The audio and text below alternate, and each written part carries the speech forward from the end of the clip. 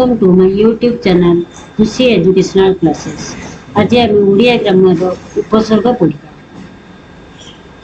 उपसर्ग आम लक्ष्य कले जापर जे प्रत्येक शब्दर निर्दिष्ट गठन रीति रही निम्नलिखित शब्द गुड़िकर गठन रीति को देख। शब्द देला गठन रीति देला अर्थ देला। आदान आदान मान ग्रहण। तेणु आदान केमती गठन रीति अनुसार आ दा अन्न। प्रदान प्रदान माने देवा। प्र दा अन्न।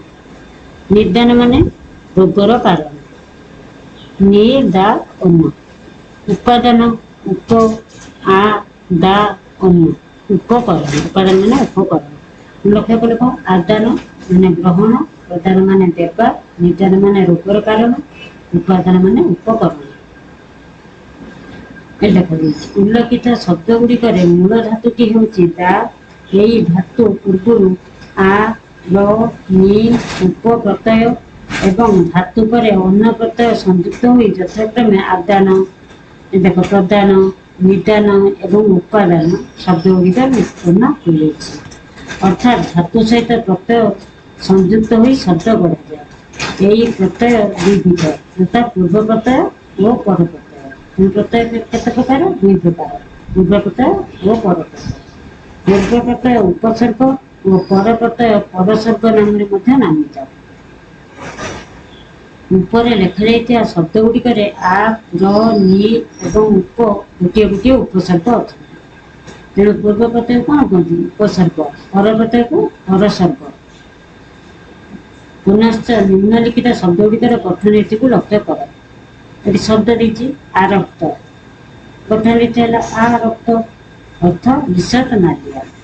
प्रकांड तेणु प्र उपसर्ग कांड प्रकांड मान कौन बृहत। निआश्रा नि उपसर्ग आश्रा निराश्रय। निआश्रा माने निराश्रय। उपजिह्वा उपजिह्वा माने उपजिह्वा माने कौन घुटिका। एठारे रक्त कांड आश्रा जिह्वा गोटे गोटे शब्द एगुड़िक पूर्व यथाक्रमे आ र नि एवं उप प्रत्यय गुड़िक संयोग कर यथाक्रमे आरक्त प्रकांड निआश्रा और उपजिह्वा शब्द गुड़िक गठन कर पूर्व कहुई प्रत्यय गुड़िक गोटे गोटे उपसर्ग। तेणु धातु सहित उपसर्ग संयोग कर शब्द गठन कर शब्द सहित उपसर्ग संयोग नूतन शब्द गठन कर। अन्य एक दिगु विचार कर देखिले प्रत्येक उपसर्ग मूलतः गोटे गोटे अव्यय पद। तेणु आम जानिले जे उपसर्ग क्या कहते जो अव्यय पद गुड़िक धातु पूर्व धातुज शब्द पूर्व संयुक्त हो नूतन शब्द सृष्टि करगुड़ी उपसर्ग नाम नामित। धातु पूर्व धातुज शब्द पूर्व उपसर्गटा कौन केमती उप सुच अ शब्दटी सुच धातु निष्पन्न। यही धातुर अर्थ है सृष्टि करिया सर्जना करिबा बा निर्माण करिबा। तेणु उपसर्ग नूतन नूतन शब्द सृष्टि करिଥାଏ बा सर्जना करिଥାଏ बा निर्माण करिଥାଏ। आमे जानिले जे मूल धातु बा शब्द सहित विभिन्न उपसर्ग संयुक्त होई नूतन शब्द सृष्टि हुए। अर्थात मूल धातु बा मूल शब्द रे केवल ध्वनिगत परिवर्तन घटे नहीं अर्थगत परिवर्तन घटी। शब्द कौन आगमन आगमन आगमन माने आसिबा। प्रत्यागमन प्रति आगमन माने फेरिबा। निर्गमन निर्गमन बहिर्गमन निर्गमन माने बहिर्गमन।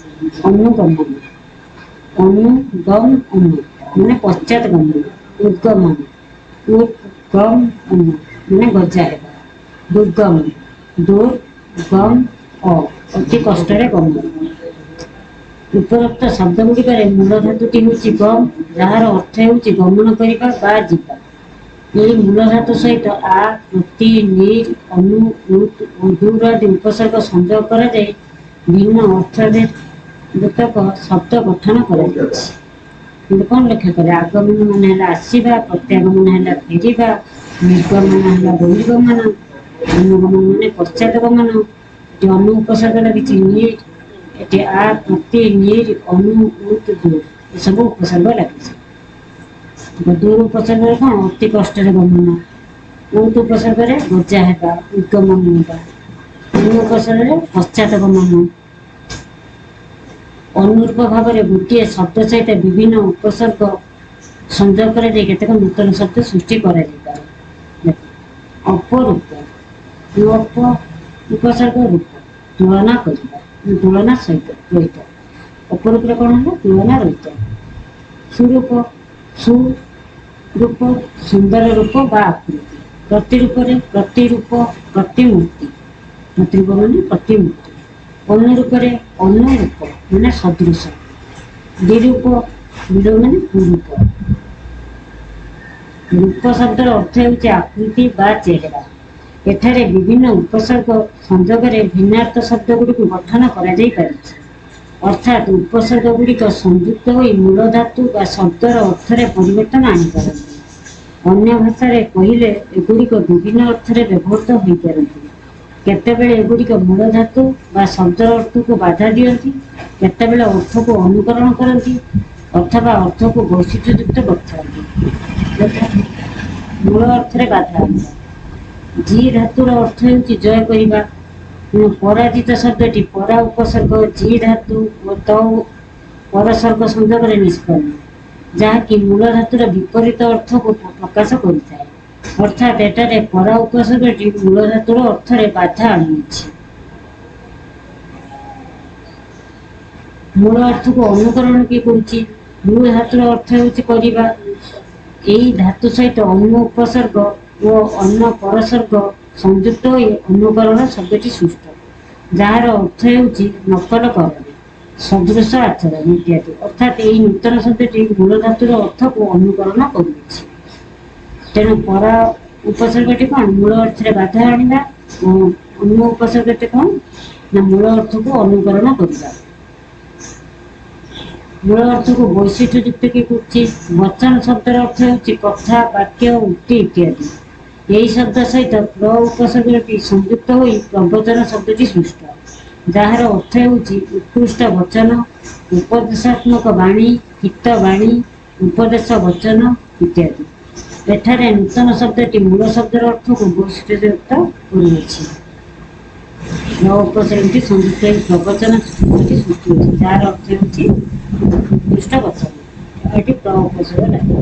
ତେଣୁ ଭାଷାକୁ ସରସ, ସୁନ୍ଦର, ଆକର୍ଷଣୀୟ ତଥା ଆଳଙ୍କରିକ କରିବାରେ ଉପସର୍ଗର ଭୂମିକାକୁ ସ୍ୱୀକାର କରିବାକୁ ହେବ।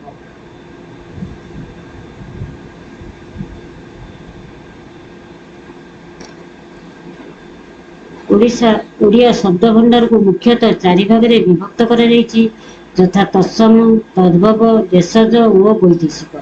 ଏହି ଶବ୍ଦଗୁଡ଼ିକ ମଧ୍ୟରୁ ତତ୍ସମ ଶବ୍ଦର ଗଠନ ରୀତି ସଂସ୍କୃତ ନିୟମ ବା ଧାରାକୁ ଅନୁସରଣ କରିଥାଏ। ତେଣୁ ସଂସ୍କୃତ ଭାଷାରେ ପ୍ରଚଳିତ ଉପସର୍ଗ ଗୁଡ଼ିକୁ ଆଧାର କରି ଓଡ଼ିଆ ଶବ୍ଦକୁ ବିଚାର କରାଯାଏ। ସଂସ୍କୃତ ଭାଷାରେ ସମୁଦାୟ 20ଟି ଉପସର୍ଗ ପ୍ରଚଳିତ, ଯଥା ପ୍ର, ପରା, ଅପ୍, ସମ୍, ନି, ଅଧି, ସୁ, ନିର୍, ଦୂର୍, ଉତ୍, ଅତି, ପରି, ପ୍ରତି, ଅବ, ଅନୁ, ବି, ଅଭି, ଉପ, ଅପି, ଆ। ଏଗୁଡ଼ିକ ଓଡ଼ିଆ ଶବ୍ଦ ବିଚାରରେ କିପରି ପ୍ରଯୁଜ୍ୟ ତାହା ଲକ୍ଷ୍ୟ କର। ତେଣୁ ପ୍ର ଉପସର୍ଗ ମାନେଟା କଣ? ଉତ୍କର୍ଷ, ଉଦ୍ଭବ, ପ୍ରତ୍ୟୟ, ଆଧିକ୍ୟ, ସର୍ବତୋଭାବ ଆଦି ଅର୍ଥରେ ବ୍ୟବହୃତ ହୁଏ। ପ୍ରକୋପ, ପ୍ର ଉପସର୍ଗ ଲାଗିଲା ପ୍ର, କୁପ୍, ଅ, ଅତିଶୟ କ୍ରୋଧ। ପ୍ରକ୍ଷେପଣ, ପ୍ର, କ୍ଷିପ୍, ଅନ, ନିକ୍ଷେପଣ, ପ୍ରକ୍ଷେପଣ ମାନେ ନିକ୍ଷେପଣ। ପ୍ରଗତି, ପ୍ର, ଗମ୍, କୁ। କ୍ରମଶ ଉନ୍ନତି, ପ୍ରଚଣ୍ଡ, ପ୍ର, ଚଣ୍ଡ, ଅ ମାନେ ପ୍ରବଳ। ପ୍ରଚେଷ୍ଟା, ପ୍ର, ଚେଷ୍ଟା ମାନେ ପ୍ରଗାଢ଼ ଯତ୍ନ। ପ୍ରଦାନ, ପ୍ର, ଦା, ଅନ୍, ପ୍ରଦାନ ମାନେ ଦେବା, ପ୍ରଚଣ୍ଡ ମାନେ ପ୍ରବଳ। ଏଟା ପ୍ର ଉପସର୍ଗ ସବୁ ଲାଗିଛି। ପରା ଉପସର୍ଗଟି କଣ? ପ୍ରାଧାନ୍ୟ, ବ୍ୟତିକ୍ରମ, ତିରସ୍କାର, ବିପରୀତ, ନିନ୍ଦା ଆଦି ଅର୍ଥରେ ବ୍ୟବହୃତ। ପରାକ୍ରମ, ପରାକ୍ରମ, ପରାକ୍ରମ ମାନେ ଶକ୍ତି।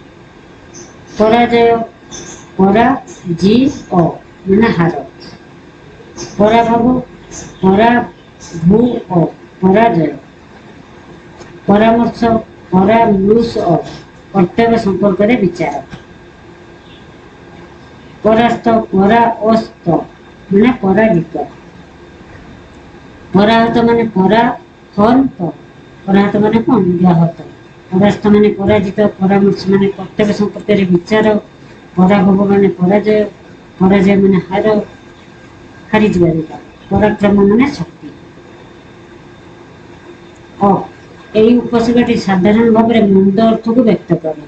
ଏହା ମଧ୍ୟ କୁଶ୍ଚିତ ବିରୋଧ, ବିପରୀତ, ଅପକୃଷ୍ଟ ଅର୍ଥରେ ବ୍ୟବହୃତ। ଅପକର୍ଷ ମାନେ ନିକୃଷ୍ଟ। ଅପକୃଷ ଅପକାର। ଅନିଷ୍ଟ ଅପକାର। ଅପଖ୍ୟାତି ଅପଖ୍ୟାତି ନିନ୍ଦା ଅପଖ୍ୟାତି ନିନ୍ଦା। ଅପବାଦ ଅପବଦ ମାନେ ଦୁର୍ନାମ। ଅପବାଦ ମାନେ ଦୁର୍ନାମ।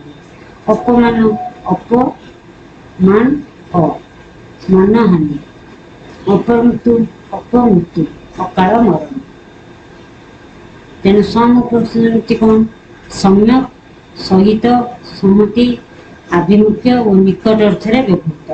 ସନ୍ତାପ ସନ୍ତାପ ମାନେ କଣ? ମନସ୍ତାପ। ସଂତାପ ସମ୍ବାଦ ସମ୍ବଦ ମାନେ ଖବର। ସଂଯୋଗ ସଂଯୁଜ ମାନେ ମିଳନ। ସଂସାର ସଂସୃହ ଜଗତ। ସଂହାର ସଂହୃବୋଧ। ସମୁଚିତ ସମୁଚିତ ସମ୍ପୂର୍ଣ୍ଣ ଉଚିତ।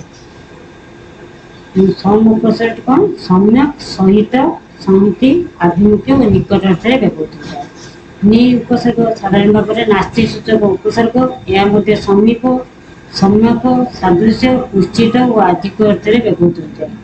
ନିକୃଷ୍ଟ ନିକୃଷ୍ଟ ମାନେ କଣ? ମନ୍ଦ। ନିକୃଷ୍ଟ। ନିଗ୍ରହ ନିଗ୍ରହ ମାନେ ପୀଡ଼ନ। ନିପୁଣ ନିପୁଣ ମାନେ କୁଶଳ। ନିବାରଣ ନିବାରଣ। ନିଷେଧ ନିବୃତ ନିବୃତ ମାନେ ଓଢ଼ଣୀ। ନିଯୁକ୍ତ ନିଯୁକ୍ତ ମାନେ ରକ୍ତ। ଅଧି ଏହି ଉପସର୍ଗଟି ପ୍ରାଧାନ୍ୟ, ଶ୍ରେଷ୍ଠ, ଆଧିକ୍ୟ, ଅଧିକାର ଏବଂ ସମ୍ବନ୍ଧୀୟ ଅର୍ଥରେ ବ୍ୟବହୃତ। ଅଧିକାର ଅଧିକୃତ ମାନେ ଦାବି। ଅଧିକାର ମାନେ ଦାବି। ଅଧିନାୟକ ମାନେ ପରିଚାଳକ। ଅଧିନାୟକ କେମିତି ହେଇଛି? ଅଧିନିଅକ। ଅଧିବର୍ଷ ଅଧିବର୍ଷ ମଳମାସ ଯୁକ୍ତ ବର୍ଷ। ଅଧିବାସୀ ଅଧିବସିନୀ ବାସିନ୍ଦା। ଅଧିମାସ ଅଧିମାସ ମଳମାସ। ଅଧିଷ୍ଠାନ ଅଧିଷ୍ଠାନ ସ୍ଥାନଟା ହେଇଛି ସ୍ଥାନ ଅବସ୍ଥିତି। ସୁ ଏହି ଉପସର୍ଗଟି ମଙ୍ଗଳ, ସୁନ୍ଦର, ସହଜ, ଅନାୟାସ ଓ ଅଧିକ ଅର୍ଥରେ ବ୍ୟବହୃତ। ସୁଗମ ସୁଗମ ସୁଗମ ମାନେ କଣ? ସହଜରେ ଗମ୍ୟ, ସହଜରେ ଯିବା। ସୁଚରିତ୍ର ସୁଚରିତ୍ର ନୈତିକ ସ୍ୱଭାବ। ସୁନାମ ସୁନାମ ପ୍ରଶଂସା। ସୁବାସ ସୁବାସ ସୌରଭ। ସୁଯୋଗ ସୁଯୋଗ ସୁଉପସର୍ଗ ଯୋଗ। ଅନୁକୂଳ ସମୟ। ସୁଶୀଳ ସୁଶୀଳ ମାନେ ଭଦ୍ର। ନିର୍ ଉପସର୍ଗଟା ମାନେ କଣ? ଏହା ଅଭାବ କ୍ଷେତ୍ରରେ ବାହାର, ନିଶ୍ଚୟ, ନିଶେଷ ଓ ଅତିଶୟ ଅର୍ଥରେ ବ୍ୟବହୃତ ହୁଏ। ନିର୍ଗମ ନିର୍ଗମ ବହିର୍ଗମନ। ନିର୍ଜନ ନିର୍ଜନ ମାନେ ଜନଶୂନ୍ୟ। ନିର୍ଜନ ମାନେ ଜନଶୂନ୍ୟ। ନିର୍ଜଳ ନିର୍ଜଳ ଜଳଶୂନ୍ୟ। ନିର୍ମଳ ନିର୍ମଳ ମୂଳହୀନ। ନିର୍ମୂଳ ନିର୍ମୂଳ ମାନେ ବିନିଷ୍ଟ ବା ମୂଳ ସହ। ନିର୍ମଳ ମାନେ ତ ଲକ୍ଷ୍ୟ କରିଥାଏ, ବିନିଷ୍ଟ ବା ମୂଳ ସହ। ନିର୍ଲେପ ନିର୍ଲିପ ନିର୍ଲେପଟା କେମିତି ହେଇଛି ଦେଖ। ନିର୍ଲିପ ମାନେ ଅନାସକ୍ତ। ତେଣୁ ଉକ୍ତ ଉପସର୍ଗଟି ମନ୍ଦ, ନିନ୍ଦା, ଦୁଃଖ, ନିଷିଦ୍ଧ, କଷ୍ଟ ଆଦି ଅର୍ଥରେ ବ୍ୟବହୃତ। ଦୁର୍ଗନ୍ଧ ଦୁର୍ଗନ୍ଧ ମାନେ ଖରାପ ଗନ୍ଧ। ଦୁର୍ଘଟଣା ଦୁର୍ଘଟଣା ଅଶୁଭ ଘଟଣା। ଦୁର୍ଜନ ଦୁର୍ଜନ ଖରାପ ଲୋକ। ଦୁର୍ଭାଗ୍ୟ ଦୁର୍ଭାଗ୍ୟ ମନ୍ଦ ଭାଗ୍ୟ। ଦୁର୍ମଦ ଦୁର୍ମଦ ମାନେ ଦୁର୍ଦ୍ଦଶ। ଦୁର୍ମୂଲ୍ୟ दूर मूल्य बाहर कर। ए दूर उपसर्गटी मन्द निंदा दुख निषिद्ध कष्ट। उत এই উপসর্গটি অতিশয় উৎকর্ষ বিরোধ নিন্দা অভাব অকস্মাৎ আদি অর্থরে ব্যবহৃত। উৎকর্ষ মানে শ্রেষ্ঠতা। উৎ প্লুস অ উৎকଳ উৎকଳ অ মানে ওড়িশা। এটা উৎ উপসর্গ। উৎকচ উৎ উপসর্গ উৎ অ লাঞ্চ। উৎক্ষিপ্ত উৎক্ষিপ্ত উপরକୁ নিক্ষিপ্ত। उदासीन उत आस इन अनासक्त। उन्नत उत उपसर्ग न त उच्च। उत्कर्ष है श्रेष्ठता। उत्कल है ओडिशा। उत्कच है लांच। उत्क्षिप्त है ऊपर को निक्षिप्त। उदासीन है अनासक्त। उन्नत है उच्च। अति এই উপসর্গটি আধিক্য অনুচিত অসীম আতিশয্য আদি অর্থ অটে। অতিক্রম অতিক্রম অ লঙ্ঘন অতিক্রম করিবা লঙ্ঘন করিবা। অতিশয় অতি উপসর্গ সি অ অত্যন্ত। অতি সি অ অতীত। অতি ইত মানে গত পাস্ট। অতীন্দ্রিয় অতি ইন্দ্রিয় ইন্দ্রিয়র অতীত অতীন্দ্রিয়। অত্যধিক অতি অধিক খুব বেশি। অত্যল্প অতি অল্প খুব কম।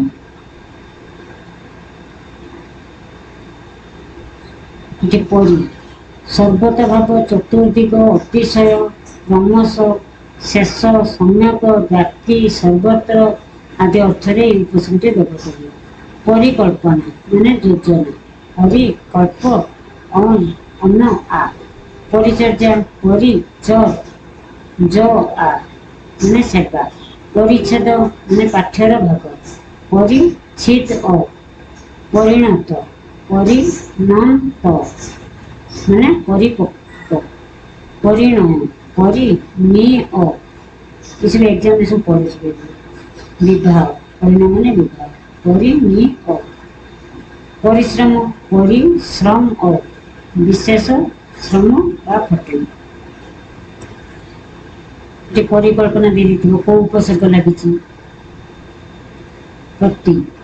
এই উপসর্গটি পরিবর্তন সমীপ বিপরীত সাদৃশ্য প্রত্যেক পশ্চাৎ বিରୋଧ ସମାନ ଆଦି ଅର୍ଥରେ ବ୍ୟବହୃତ। ଏମିତି क्वेश्चन भी आछि प्रति उपसर्गटी कोउथि व्यवहृत ହେଇଛି। ପ୍ରତିକୂଳ ଦେଇଥିବ ପ୍ରତି ଉପସର୍ଗଟି କୋଉଥି ପାଇଁ। ଏଠି କ'ଣ ହବ ବିରୁଦ୍ଧ ବା ବିପରୀତ। ପ୍ରତିକୂଳ ପ୍ରତି ଉପସର୍ଗ କୂଳ ବିରୁଦ୍ଧ ବା ବିପରୀତ। ଏଠି ପ୍ରତି ଉପସର୍ଗଟି ବିରୁଦ୍ଧ ପାଇଁ ବା ବିପକ୍ଷ ପାଇଁ ବ୍ୟବହୃତ ହେଇଛି। ପ୍ରତିକୃତି प्रति उपसर्ग कृति प्रतिमान। प्रतिदान प्रतिदान प्रत्यर्पण। प्रतिध्वनि प्रतिध्वनि माने प्रति शब्द। प्रतिध्वनि माने प्रति शब्द। प्रतिपक्ष प्रतिपक्ष माने विपक्ष। प्रत्युत्तर प्रत्युत्तर माने प्रति जवाब। समीप विपरीत सादृश्य प्रत्येक पश्चात विरोध समान आदि अर्थरे व्यवहृत। अव এই উপসর্গটি অধোগতি নিশ্চয় ঘৃণা অত্যন্ত সমান আদি অর্থরে ব্যবহৃত। অবগতি মানে সংবাদ প্রাপ্তি। অবগন্তি অবতরণ মানে ওহ্লাইবা। অবদ্রুয়ণ অবনতি অবনতি অধোগতি। অব উপসর্গ নম তি। অবরোধ অবরুদ্ধ অ মানে অটকিবা বা অটক। অবরোহ অবরোহ অ অবতরণ। অবস্থান অবস্থান মানে বাসস্থান। ଅନ୍ୟ ଉପସର୍ଗ ଏହା ପଶ୍ଚାତ ହୀନ ସହିତ ସମୀପ ସମ୍ୟକ ଆଦି ଅର୍ଥରେ ବ୍ୟବହୃତ। ଅନୁକରଣ ଅନୁକୂଳ ନକଲ କରଣ। ଅନୁକୂଳ ଅନୁକୂଳ ଅ ମାନେ ସହାୟ। ଅନୁଗାମୀ ଅନୁଗମନ ମାନେ ପଶ୍ଚାତ ଜ୍ଞାନ। ଅନୁଜ ଅନୁଜନ ମାନେ ସାନ ଭାଇ। ଅନୁତାପ ଅନୁତାପ ମାନେ ପଶ୍ଚାତାପ। ଅନୁରୂପ ଅନୁରୂପ ମାନେ ସଦୃଶ। ବି ଏହି ଉପସର୍ଗଟି ବିଶେଷ ବିପରୀତ ବିହୀନ ବହୁ ପରସ୍ପର ଭିନ୍ନ ଆଦି ଅର୍ଥରେ ବ୍ୟବହୃତ।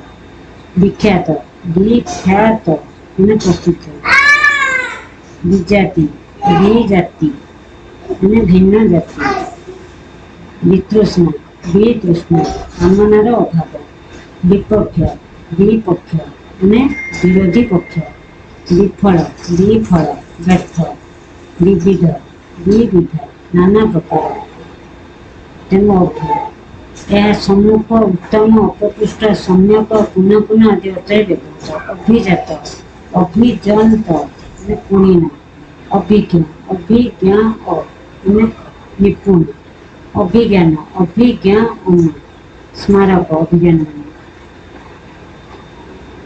ଅଭିଧାନ ଅଭିଧାନ ଶବ୍ଦକୋଷ। ଅଭିଭାଷଣ ଅଭିଭାଷଣ ମାନେ ସମ୍ଭାଷଣ। ଅଭିଯାନ ଅଭିଯାନ ମାନେ ଯୁଦ୍ଧ ଯାତ୍ରା। ତେଣୁ ଏହି ଉପସର୍ଗଟି ନିକଟ ଆଧିକ୍ୟ ଦୀନତା ଅଧସ୍ତନ ସାଦୃଶ୍ୟ ଘୃଣା ସାହାଯ୍ୟ ଆଦି ଅର୍ଥରେ ବ୍ୟବହୃତ।